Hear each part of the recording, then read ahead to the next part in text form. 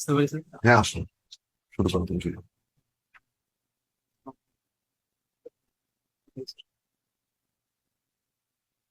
কি নাম আপনার? মোহাম্মদ আতাউর রহমান খান আছি।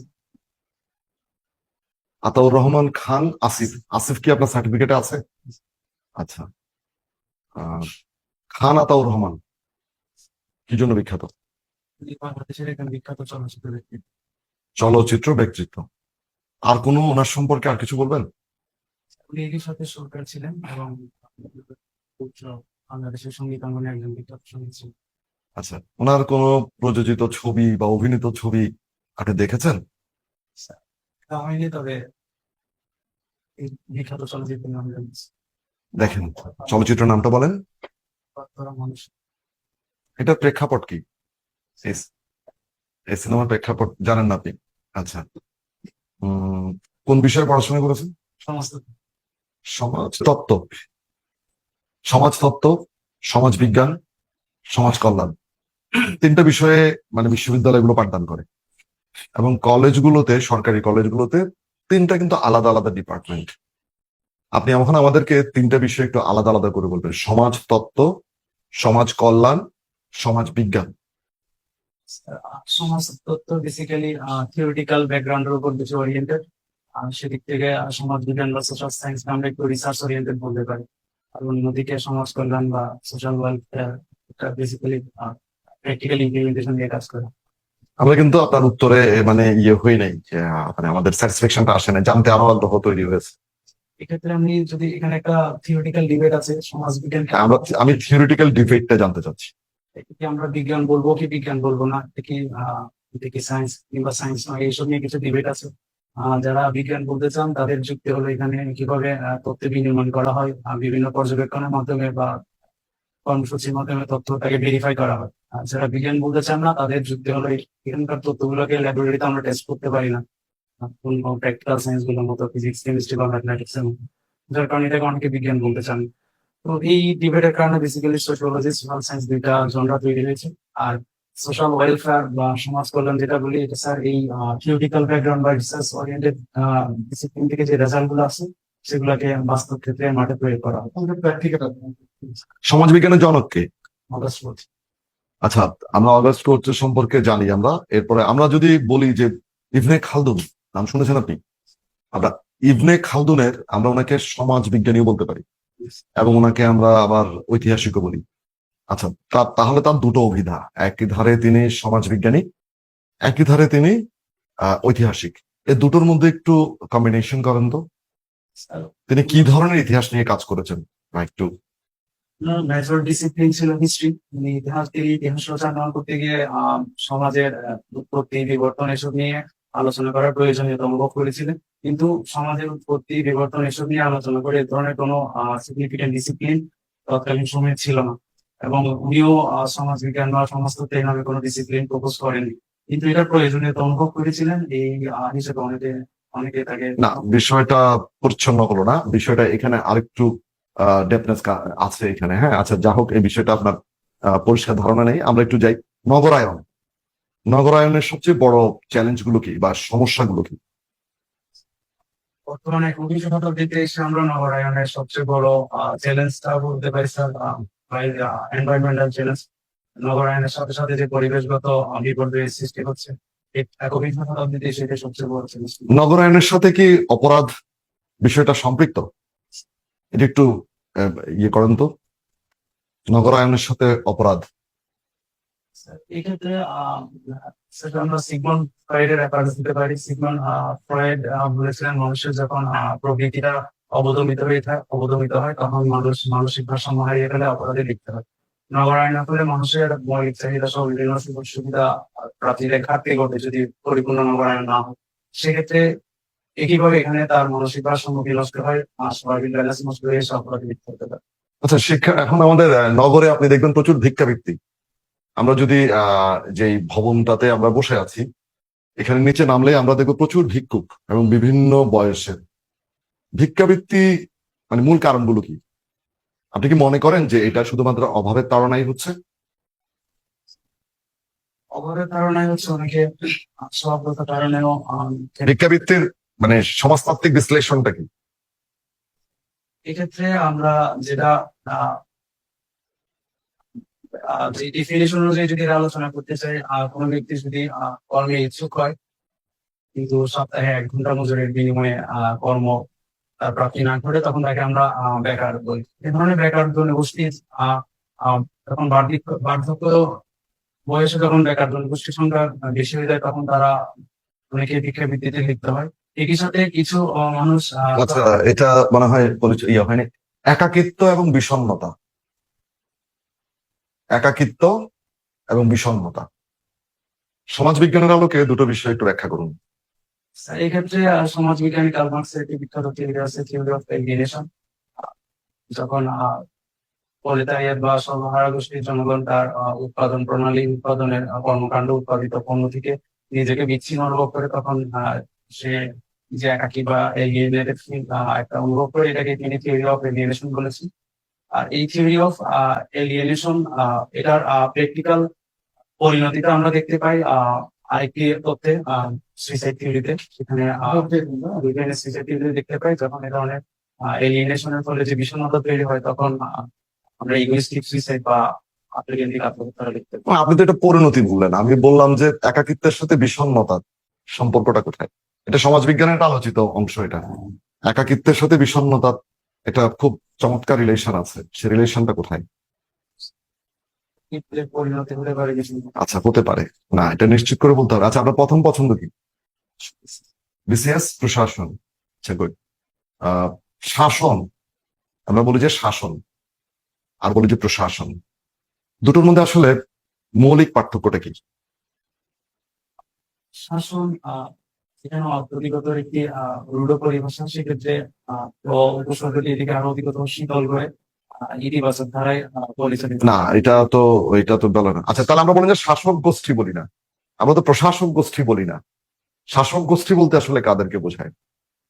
গোষ্ঠী বলতে সাধারণত নির্বাচিত প্রতিনিধিদের শাসক গোষ্ঠী বলা হয়। আর আমলাতন্ত্রের নিয়োজিত দক্ষ কর্মচারীদেরকে সাধারণত প্রশাসক বলা হয়। আহ, তাহলে এখন বলেন যে শাসন করা মানে কি? এখানে শাসন করা বলতে নির্দিষ্ট কর্মসূচি বা আমার মতবাদ বা মতামত। সেটা তো রাজনৈতিক মতবাদ, সেটা আমি বলিনি। আমি বলেছি যে শাসক, শাসক শাসন করেন, ঠিক না? শাসন বলতে আসলে আমরা কি বুঝি? অন্যের আচরণকে প্রভাবিত না, মহান জাতীয় সংসদে কত আসন পেলে একটা রাজনৈতিক দল সরকার গঠন করতে পারে? মেজরিটি বলতে আপনি আসলে কি বোঝাচ্ছেন, আমি তো বুঝিনি। কতটি আসন, মানে আপনাকে মানে একদম সরাসরি ভোটে কতটি আসন? বাংলাদেশের জাতীয় সংসদ যেহেতু বলেছি, এটা অবশ্যই বাংলাদেশ, অন্য দেশের তো অন্য নাম থাকবে, আমাদের দেশেরটার নাম হচ্ছে বাংলাদেশ বা যা মহান জাতীয় সংসদ। তো মহান জাতীয় সংসদে যখন আমাদের জাতীয় সংসদ নির্বাচন হয়, একটি রাজনৈতিক দল কতটি আসন পেলে সরকার গঠন করতে পারেন? 151। কেন 151? এটা 152 বা 149 হলে সমস্যাটা কোথায়? অপোজিশন, অন্য অপোজিশন পার্টি গুলো হচ্ছে আসন সংখ্যা বেশি হলে সে। না, কেন আমি এটা তো আমাকে কেন ন্যূনতম 151 পেতে হবে? আমি কোয়ালিশন সরকারও করতে পারি, মিলে আমাকে ন্যূনতম 151 হতে হবে। কেন 151? এক্ষেত্রে 149 নয় কেন? মেজরিটি কেন অপোজিশন যদি না? 140 তো মেজরিটি না। 140 মেজরিটি হতে পারে না। কেউ পেলো 50, কেউ পেলো 10, এরকম করে একটা দল পেলো 140। তো 140 পেলে তিনি সরকার গঠন করতে পারবেন না, তাকে অন্যের সহযোগিতা নিয়ে সরকার গঠন করতে হবে, কোয়ালিশন সরকার হতে হবে, এবং সেটা অবশ্যই মানদণ্ডে ন্যূনতম 151 হতে হবে। কেন 151? সংখ্যাগরিষ্ঠতা। কেন? আচ্ছা, এই জিনিসটা আপনার জানা নেই, আমরা পরে যাই। আচ্ছা, প্রশাসন ক্যাডার, বিসিএস প্রশাসন ক্যাডার, হ্যাঁ, বিসিএস প্রশাসন ক্যাডারের সচিবালয় পর্যায়ে যে আমাদের যে পদসোপান আছে, আপনি কি উপর থেকে নিচ থেকে বলেন পদসোপান গুলো একটু বলেন। সহকারী সচিব, হুম।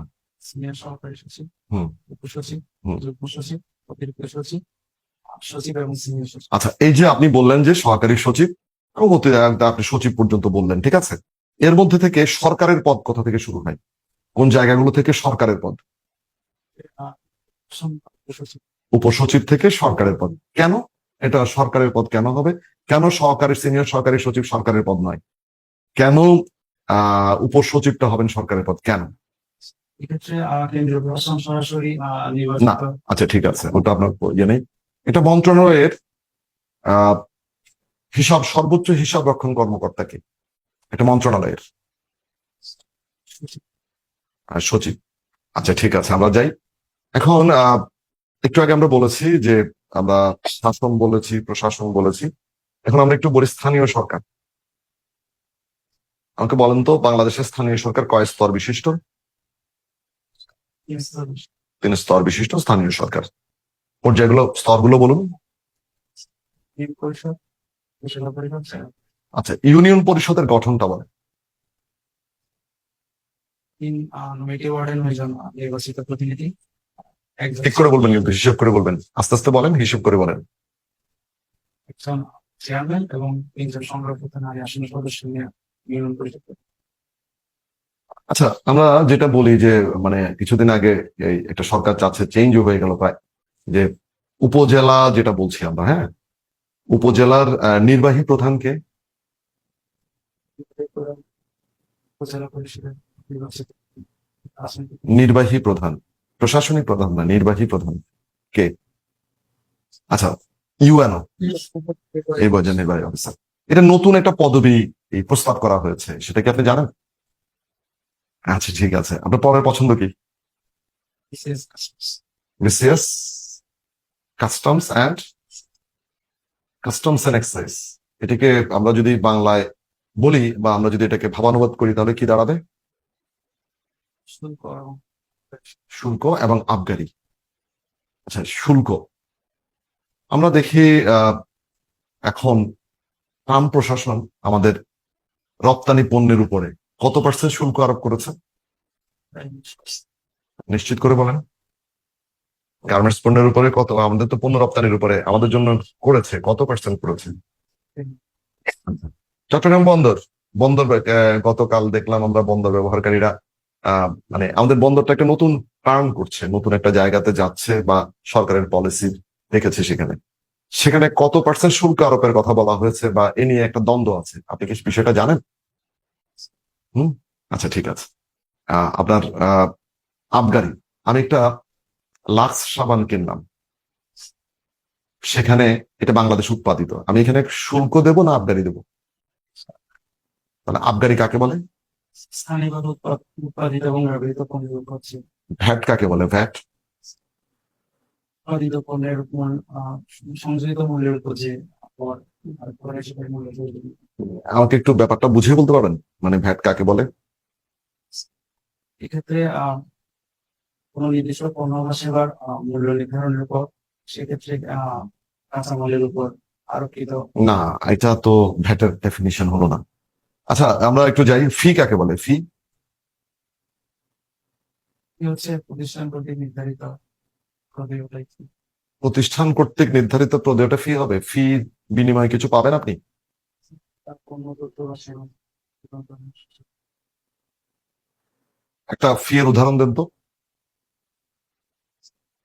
এটা আমরা বিনিয়োগকারী প্রতিষ্ঠান ও fee প্রদান করি। পরীক্ষার ফি কথা বলতে পারি। আচ্ছা, বাংলাদেশের যে শুল্ক ও আবগারি আপনার দ্বিতীয় পছন্দ, এটা মানে ইয়েটা বলেন, এটা কি বলে, পদসোপানটা বলেন তো। আপনি যখন প্রথম যদি আপনি নির্বাচিত হন, আপনার প্রথম পদায়ন কি হবে, কোন পদে? সহকারী কাস্টমস কমিশন, এরপর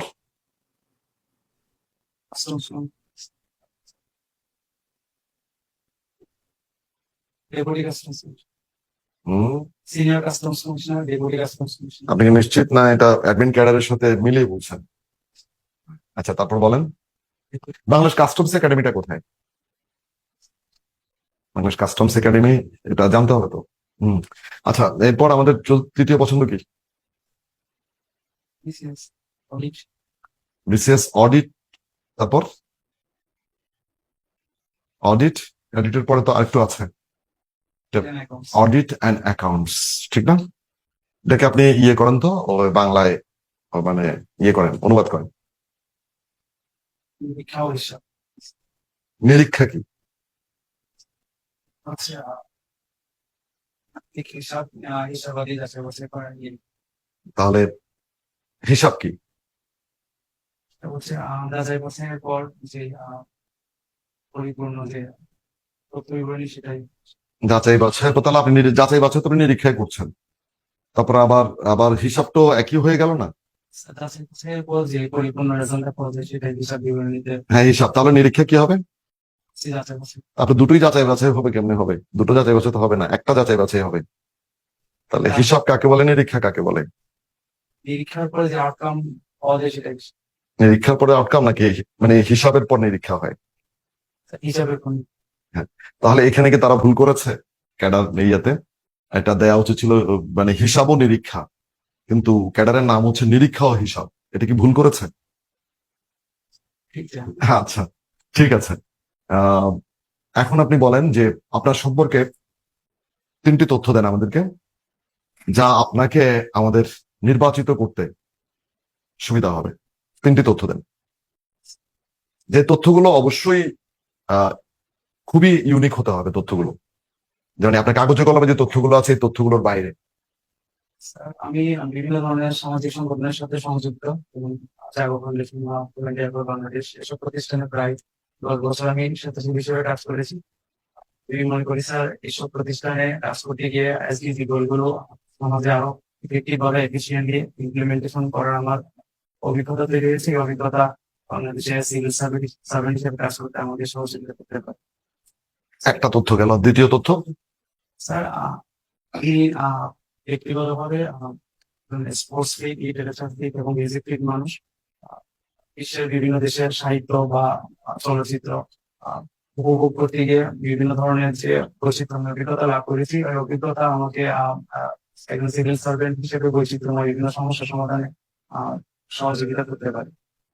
একই সাথে এসব শিল্প এবং সাহিত্য থেকে প্রাপ্ত দৃষ্টিভঙ্গি নতুন নতুন সমস্যা সমাধান আমার জন্য দিক নির্দেশনা হিসেবে কাজ করতে পারে। আমরা কি করে বুঝবো যে আপনি আসলেন, আপনার নাম হচ্ছে আতাউর রহমান, আপনি খান আতাউর রহমানের আবার তোরা মানুষ ও ছবিটা দেখেননি? তাহলে আমরা কি করে বুঝবো যে আপনি দেশপ্রেম আপনার মধ্যে প্রবল? আপনি তো বিদেশি ছবি দেখেন। আপনি একটু আগে প্রথম শুরুতে বলেছিলেন যে আপনি ছবিটি দেখেননি। এখন তথ্য দিচ্ছেন আপনি দেশ বিদেশের অনেক ছবি দেখেছেন। তার মানে কি আমরা বলবো, ভেবে নেব যে আপনার ভেতরে দেশপ্রেমের পরিমাণটা কম? বেসিক্যালি আমার পছন্দের জনরা হচ্ছে detective genre, sci-fi, science fiction genre. তাহলে তো আপনার বিসিএস পুলিশ প্রথম পছন্দ দেওয়া উচিত ছিল, যেহেতু আপনার মানে গোয়েন্দা তথ্য বা তথ্য বিশ্লেষণ ভালো লাগে। তাহলে তো আপনি স্পোর্টসম্যান, সোশ্যাল ওয়ার্ক করেন, তাহলে কি আমরা ধরে নেব যে আপনার বিসিএস পছন্দটা আপনি নিজের যৌক্তিকতায় না দিয়ে আবেগে সেটা করেছেন?